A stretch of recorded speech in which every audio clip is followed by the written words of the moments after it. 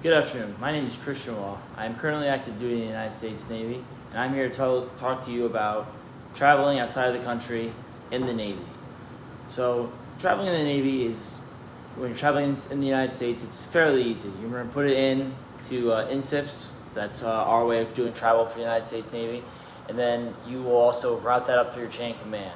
Now, when you're going just locally, you'll just route it to your lowest level of chain of command. But if you're going out of the country, you're going to route it all up to your CO.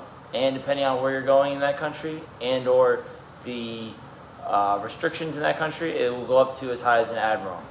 So for instance, we have is our aircraft personnel automated clearance system. This right here is a website that you'll make an account, and then from there you'll apply to where you want to go. So for instance, I have already done Italy, and that was approved instantly due to the fact of it not being as unsafe as a country. Now, recently, I just applied to go to France and England. Those were also approved instantly. Now, when they get approved instantly, it's all due to the fact of where you're going. Now, I touched on that, and what I mean is the fact that it is a safe area and/or the alliance with that country is fairly good. So then you'll take a printed sheet, and this is your authorization of leave. So you'll have a paper chit, and you'll also have an online chit. Now, once you have done all those, you'll get a folder, and you'll apply. You'll put your chain of command all in here, and that is your chain of command that will go with it. Now, with that, you'll go into your APACS again, and you'll print out your countries. Now, you'll highlight all the stuff that is of vital information to you and your ATO, who is your officer that is basically in charge of all out of the country travel and or anti-terrorism tactics.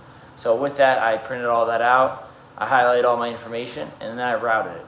Now, sometimes even if it gets approved, it could be unapproved by the strike group that you're attached to, and or maybe your CO just feels that tensions at certain areas that are close to that are not of command's interest.